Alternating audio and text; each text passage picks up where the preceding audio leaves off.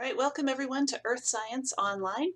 In an effort to keep up with our syllabus, I'm going to finish off this lecture today online, and yeah, so Enjoy to it. start off, we'll go, where am I? This is a seasonal view. This is my house on Saturday night, and here you will notice this is the garage, and this is a very long driveway. And thanks to my awesome husband who scooped about 2/3 of it and I did the other third, we are now able to get our van out of that garage. It's not a doghouse, contrary to what it looks like. And I hope that you all enjoyed your snow day too.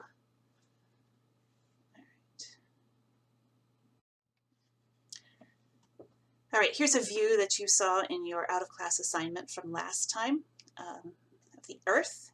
And I just want to review a couple things here and make sure that we're all on the same page. So I'm going to start with asking you, where is the sun hitting the Earth directly? Well, that's going to be letter B right here, because we have a sort of a direct impact there. And so this is the place where the solar insolation is going to be highest, most concentrated in that area.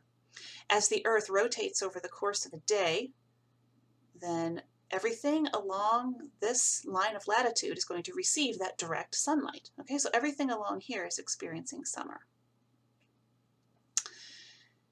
If we look up here at letter A, the sunlight is hitting the Earth at an oblique angle, and so it's getting an indirect hit.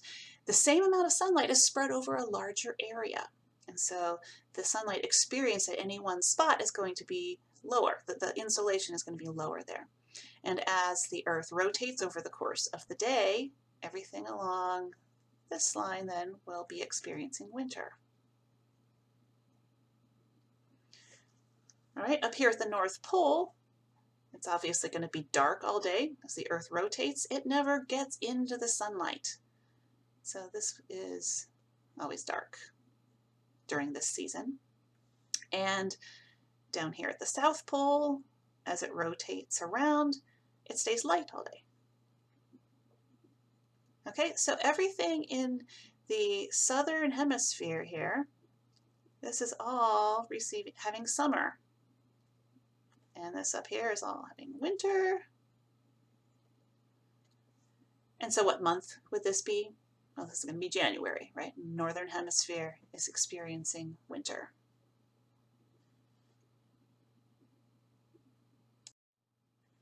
Well, what happens in the spring and the fall? So in this image, you have the Earth's axis, looks like it's straight up and down. In reality, it is tilted, but it's tilted away from us here, and here it's tilted toward us. Okay, so it looks like it's straight up and down, but relative to the sun, it's still tilted. Okay, so where is the Earth experiencing direct sunlight here? Well, here you see the sun's rays are directly hitting right here on the equator. Okay, up here, northern hemisphere, we have indirect, southern hemisphere, also indirect, but they're symmetrical. Okay, so the equinox means that the northern and the southern hemisphere are both receiving equal insolation, equal amounts of light. And so the day is exactly 12 hours and the night is exactly 12 hours.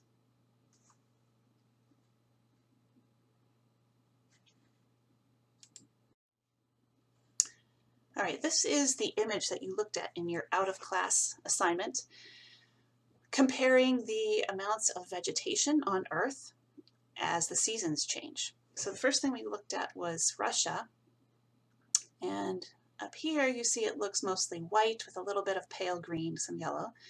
This is northern winter. Okay, so Russia's getting very little sunlight, not much can grow, it looks white. Now if we go down to northern summer, now the sun is hitting, it's still hitting indirectly up here, but it's much more direct than it was in the winter. And now you look at the amount of greenery you see there, the leaves have grown back.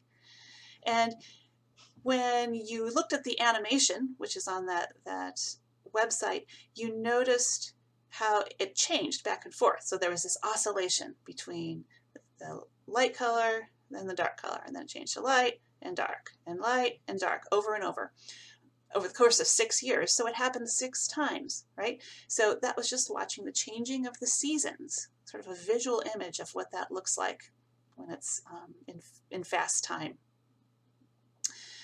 If you look at the spring and autumn, it's fairly green here in northern spring, northern autumn, less green. These two maps are going to tend to be the same because this is your equinox situation where the northern and southern hemispheres are getting equal amounts of light. All right, the next thing to look at was Indonesia, which is this area in here. We've got dark green, lots of vegetation, dark green in both the spring and the fall. Let's see if I can get rid of this stuff. Yeah. And over here you can see again, got the dark green going on. The change in the solar intensity doesn't change much between the seasons there because they're located on the equator. And so you have similar amounts of vegetation all the year round. All right, so that's all I'm going to say about seasons. I will get the next video ready for you now.